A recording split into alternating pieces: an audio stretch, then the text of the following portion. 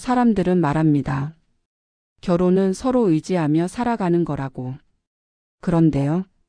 저는 어느 순간부터 이 집에서 숨 쉬는 것조차 허락을 받아야 하는 사람처럼 살고 있었습니다. 올해 68입니다. 제 이름은 영자예요. 40년 넘게 한 남자의 아내로, 두 아이의 엄마로, 그리고 이 집의 무국 가정부로 살았습니다. 매일 아침은 늘 같았습니다. 알람이 울리기도 전에 눈이 떠지고 부엌으로 나가 쌀을 씻고 국을 끓입니다. 남편은 은퇴한 지 벌써 3년이 됐는데 이상하게도 제 하루는 더 바빠졌습니다. 여보, 밥 됐어? 이 말이 알람보다 먼저 들립니다. 식탁에 반찬을 올려놓으면 남편은 신문을 보며 말합니다. 김치 좀 더 줘. 김치를 갖다 주고 돌아서면 내 양말 어디 있어? 세탁기 위라고 말해줘도 꼭 제가 직접 가져다 줘야 합니다. 그러다 보면 어느새 점심 준비할 시간이 되고 점심 치우고 나면 또 저녁 걱정입니다. 가끔 이런 생각이 들더군요. 나는 분명 은퇴했는데 왜 집안일은 은퇴가 없을까? 아이들 키울 땐 그래도 바빴습니다. 학교 보내고 학원 보내고 아르바이트 하면서 등록금 보태고 명절이면 시댁 음식 도맡아 하고 그땐 지금만 고생하면 나중엔 편해지겠지 했습니다. 그런데 아이들 다 장가가고 시집가고 나니까 제 인생도 같이 끝나버린 것 같더군요. 남편은 하루 종일 소파에 누워 TV 리모컨만 돌립니다. 아침 드라마, 점심 뉴스, 오후 스포츠. 화장실 갈 때 말고는 거의 움직이지 않습니다. 그러면서 꼭 이렇게 말합니다. 집에 있으니까 좋지 않아? 편하잖아. 저는 속으로 대답합니다. 당신이 편하지 나는 아니야. 어느 날은 국을 끓이다가 불 앞에서 잠깐 멍해졌습니다. 냄비 안에서 보글보글 끓는 된장국을 보다가 문득 이런 생각이 들더군요. 내가 마지막으로 나를 위해 뭔가 한 게 언제였지? 아무리 생각해도 떠오르지 않았습니다. 그러던 어느 오후였습니다. 휴대폰에 메시지가 하나 왔습니다. 젊을 때 같이 일하던 친구였어요. 사진이 몇 장 첨부돼 있었습니다. 바다 앞 벤치에 앉아 커피를 마시는 모습, 작은 게스트하우스 방 창가에 놓인 꽃병, 그리고 혼자 찍은 셀카. 메시지는 짧았습니다. 영자야. 나 혼자 여행 왔어. 너무 좋다. 그 사진들을 보는 순간 이상하게 가슴이 꽉 막혔습니다. 친구 얼굴이 부럽다기보다는 저 사람이 나 같아 보였습니다. 아니, 내가 원래 저런 사람이었는데 어느 순간 사라져 버린 느낌이었죠. 그날 저녁 남편은 평소처럼 말했습니다. 밥 뭐야? 저는 대답하지 않았습니다. 국을 퍼주다가 갑자기 손이 떨리더군요. 숟가락이 부딪히는 소리가 유난히 크게 들렸습니다. 남편이 쳐다봤습니다. 왜 그래? 저도 모르게 말이 튀어나왔습니다. 나도 좀 쉬면 안 돼? 남편은 웃었습니다. 집에서 쉬잖아. 그 말에 제 마음속 무언가가 뚝 하고 부러졌습니다. 그날 밤 저는 잠을 거의 못 잤습니다. 옆에서 코 고는 남편 소리를 들으며 천장을 보고 누워 있는데 갑자기 이런 생각이 들더군요. 내가 이렇게 살다가 죽으면 사람들은 뭐라고 할까? 아마 이렇게 말하겠죠. 참 좋은 아내였어. 애들 잘 키웠지.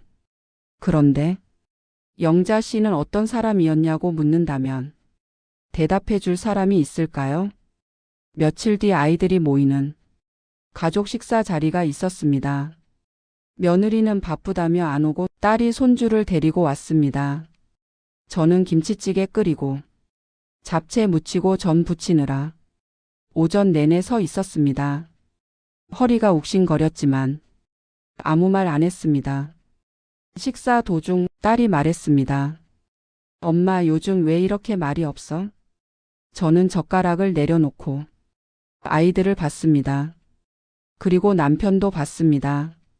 그때였습니다. 제가 미리 가방에 넣어두었던 서류 봉투를 꺼냈습니다. 테이블 위에 올려놓자 모두가 조용해졌습니다.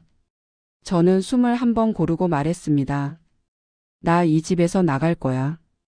순간 공기가 얼어붙었습니다. 남편이 먼저 소리쳤습니다. 뭐? 저는 최대한 담담하게 말했습니다. 이혼은 아니야. 그냥 나만의 방을 찾는 거야. 딸이 놀라서 물었습니다. 엄마 무슨 소리야? 저는 봉투 안에서 계약서를 꺼냈습니다. 작은 오피스텔 계약했어. 남편 얼굴이 벌개졌습니다. 당신 노망 났어? 이 나이에 무슨 혼자 산다고. 아들은 전화를 걸어와서 말했습니다. 엄마, 남 부끄럽게 왜 이래요? 그 말에 제 가슴이 서늘해졌습니다. 남 부끄럽게. 40년 동안 나 자신을 버리며 산 건 부끄럽지 않았을까? 저는 조용히 말했습니다. 나 이제 퇴근할게.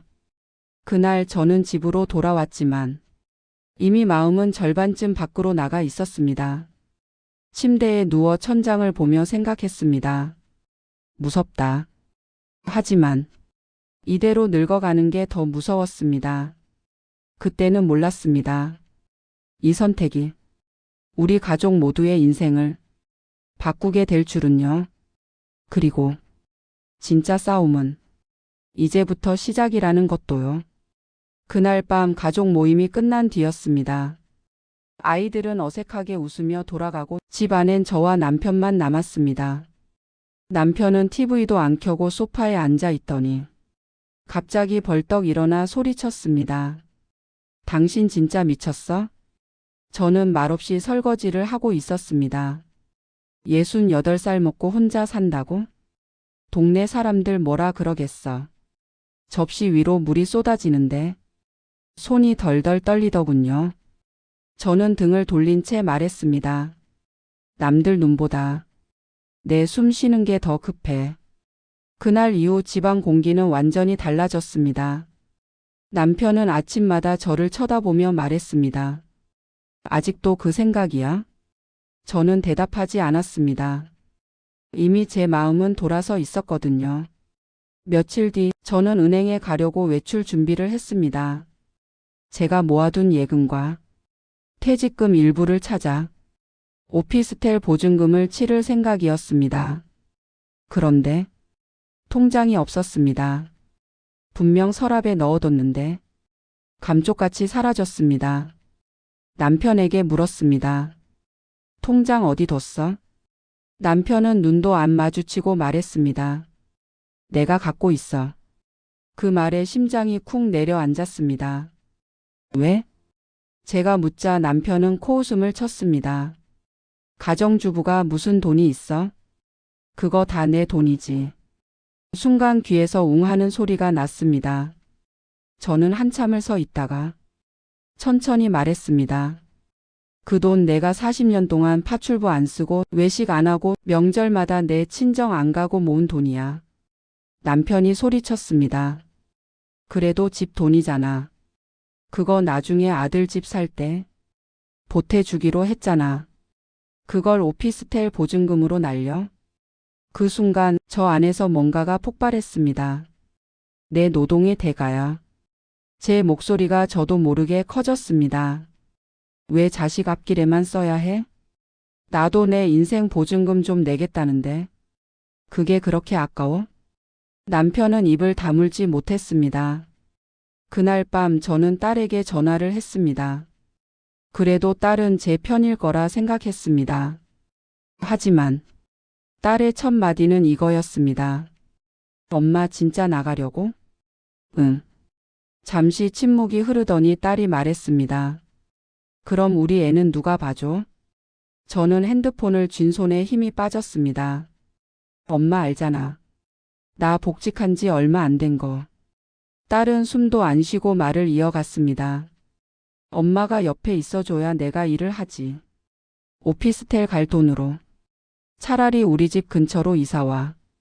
그 말이 칼처럼 꽂혔습니다. 저는 조용히 대답했습니다. 너는 내가 내 비서로 보이니? 딸이 당황해서 말했습니다. 엄마 왜 그렇게 말해? 저는 처음으로 솔직해졌습니다. 나도 이제 허리 아프고 무릎 아파. 나도 이제 내 밥만 차리고 싶어. 전화기 너머로 딸이 한숨 쉬는 소리가 들렸습니다. 엄마 진짜 이기적이다. 그 말에 눈물이 왈칵 쏟아졌습니다. 며칠 뒤엔 친정 오빠에게서 전화가 왔습니다. 남편이 연락을 한 겁니다. 영자야, 내가 좀 참아. 이 나이에 별거가 뭐냐. 그 말에 저는 웃음이 나왔습니다. 다들 말합니다. 참으라고. 늘 제가 참아야 합니다. 결정타는 동창회였습니다.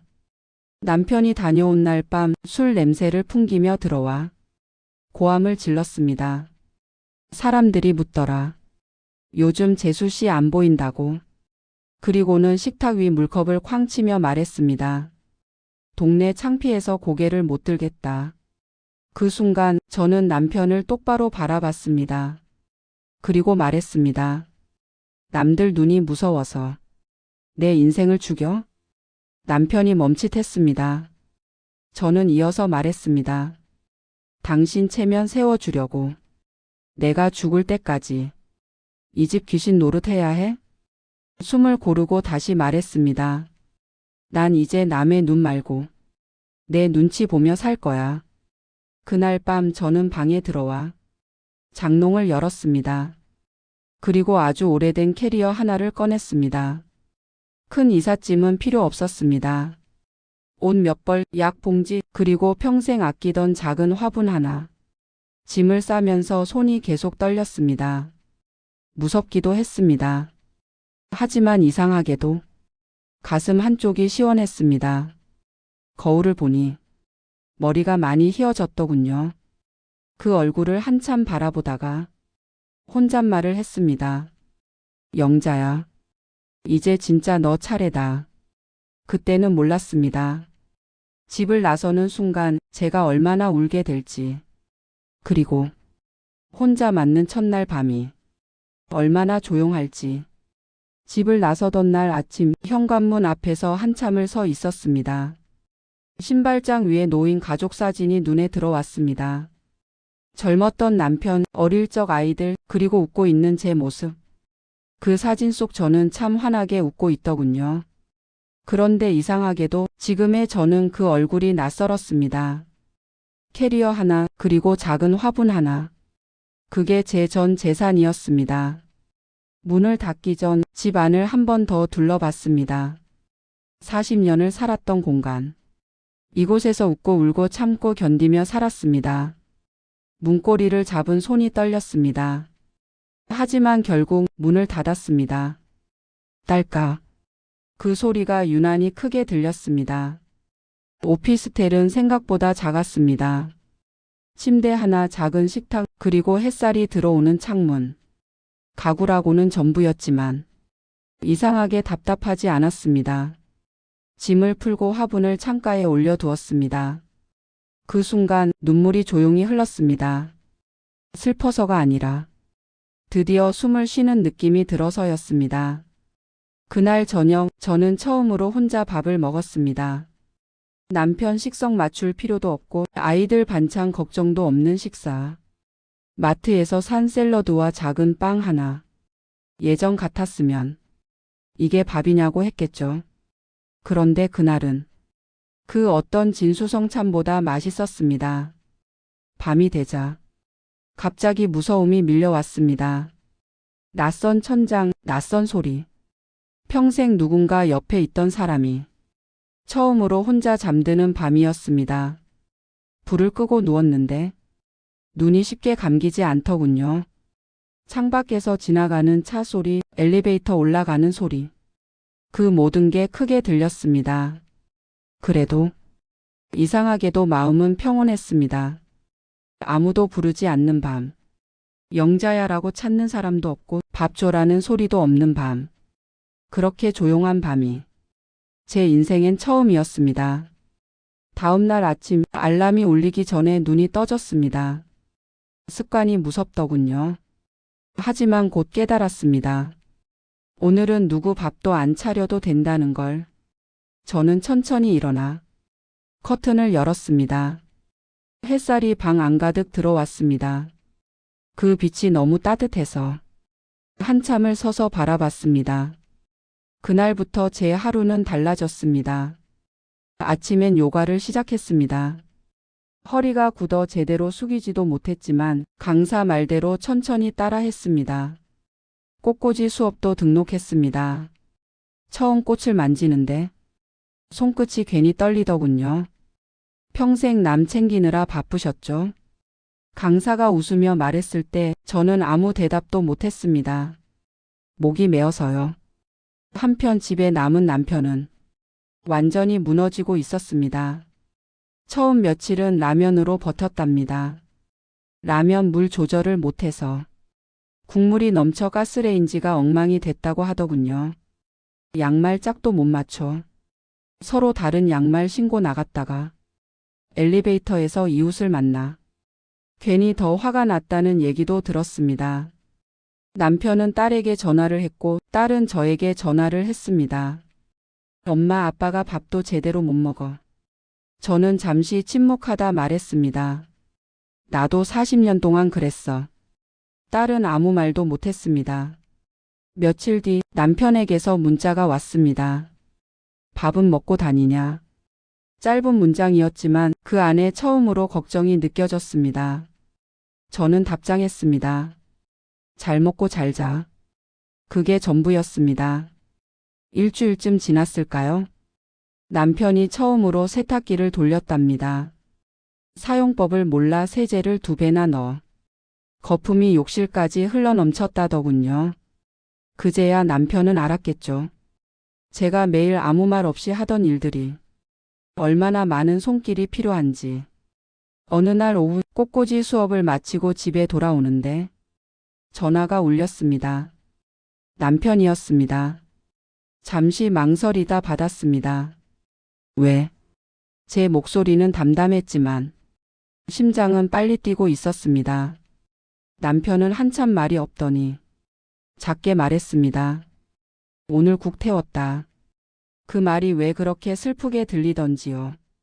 그날 밤 저는 침대에 누워 오래 생각했습니다. 미운 마음, 서운한 마음, 그래도 40년 함께 산 사람이라는 마음. 모든 감정이 한꺼번에 밀려왔습니다. 그리고 다음 날 아침 현관 초인종 소리가 났습니다. 누구지? 문을 열기 직전 이상하게 가슴이 쿵 내려앉았습니다. 문고리를 잡은 손이 다시 떨리기 시작했습니다. 초인종 소리는 짧았지만 제 심장은 오래 울렸습니다. 문 앞에 누가 서 있는지 굳이 확인하지 않아도 알 것 같았습니다. 그래도 한번 숨을 고르고 천천히 문을 열었습니다. 거기엔 남편이 서 있었습니다. 손에는 꽃바구니. 제가 좋아하던 하얀 국화와 연분홍 장미가 섞여 있었습니다. 어색하게 서 있는 모습이 낯설면서도 익숙했습니다. 남편은 저를 보자 고개를 숙였습니다. 영자야. 그 한마디가 왜 그렇게 오래간만처럼 들리던지요. 집 안으로 들어오라고 하자. 남편은 신발을 가지런히 벗었습니다.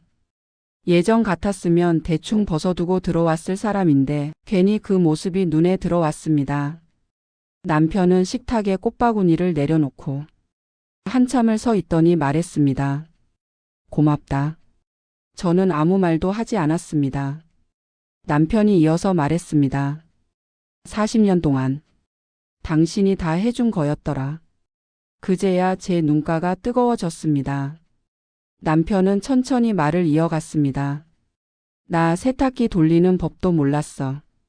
국 하나 끓이는데 1시간이 걸리더라. 저는 피식 웃었습니다. 남편은 고개를 떨군 채 말했습니다. 당신이 나가고 나니까 집이 아니더라. 잠시 침묵이 흐른 뒤 남편이 조심스럽게 물었습니다. 다시 들어올 생각은 없어? 저는 창밖을 잠깐 바라보다 말했습니다. 아니. 남편이 놀란 눈으로 저를 봤습니다. 저는 차분하게 말했습니다. 나 여기서 계속 살 거야. 그리고 이어서 덧붙였습니다. 대신 주말엔 같이 밥 먹자. 남편은 아무 말도 못하고 고개만 끄덕였습니다. 그날 우리는 근처 식당에서 처음으로 데이트를 했습니다. 40년 만의 데이트였습니다. 남편은 메뉴판을 한참 보더니 제게 물었습니다. 뭐 먹고 싶어? 예전 같았으면 자기 먹고 싶은 걸 먼저 말했을 텐데요. 저는 웃으며 대답했습니다. 오늘은 내가 고를게. 그날 이후 우리 관계는 조금씩 달라졌습니다. 평일엔 각자 살고 주말에만 만나는 부부. 남편은 집안일을 조금씩 배우기 시작했고 저는 제 일정표를 채우기 시작했습니다. 요가, 꽃꽂이, 그리고 혼자 떠나는 소소한 여행. 딸도 어느 날 찾아와 말했습니다. 엄마 미안해. 엄마 인생인데 내가 너무 당연하게 생각했어. 저는 딸 손을 잡고 말했습니다. 괜찮아. 엄마도 이제 배우는 중이야. 가끔 남편은 전화합니다. 오늘 반찬 뭐 하면 좋을까? 그럴 때면 저는 웃으며 말합니다. 당신이 먹고 싶은 걸 해. 예전에 저라면 상상도 못할 대화입니다. 사람들은 묻습니다. 그래도 다시 같이 살아야 하는 거 아니냐고. 저는 이렇게 대답합니다. 같이 살아야 부부인 게 아니라 서로를 존중해야 부부예요. 우리는 이제 원수 같은 부부가 아니라 애틋한 부부가 됐습니다. 요즘 저는 거울을 보며 말합니다. 영자야 잘했다. 누군가의 아내나 누군가의 엄마가 아니라 그냥 나로 사는 삶. 생각보다 늦게 시작했지만 그래도 시작해서 다행입니다. 여러분, 평생 가족이라는 울타리를 지키느라 정말 고생 많으셨습니다. 그런데 혹시 그 울타리가 여러분을 가두는 감옥이 되고 있지는 않나요? 조론이든 독립된 방이든 형식은 중요하지 않습니다. 중요한 건 내 마음의 해방입니다. 죽기 전에 한 번쯤은 나로 살아보는 용기. 그게 진짜 자식들에게도 당당한 부모의 모습 아닐까요? 오늘부터라도 여러분의 이름 석 자를 꼭 기억하세요. 저는 이제 말할 수 있습니다. 여보, 나 이제 퇴근할게.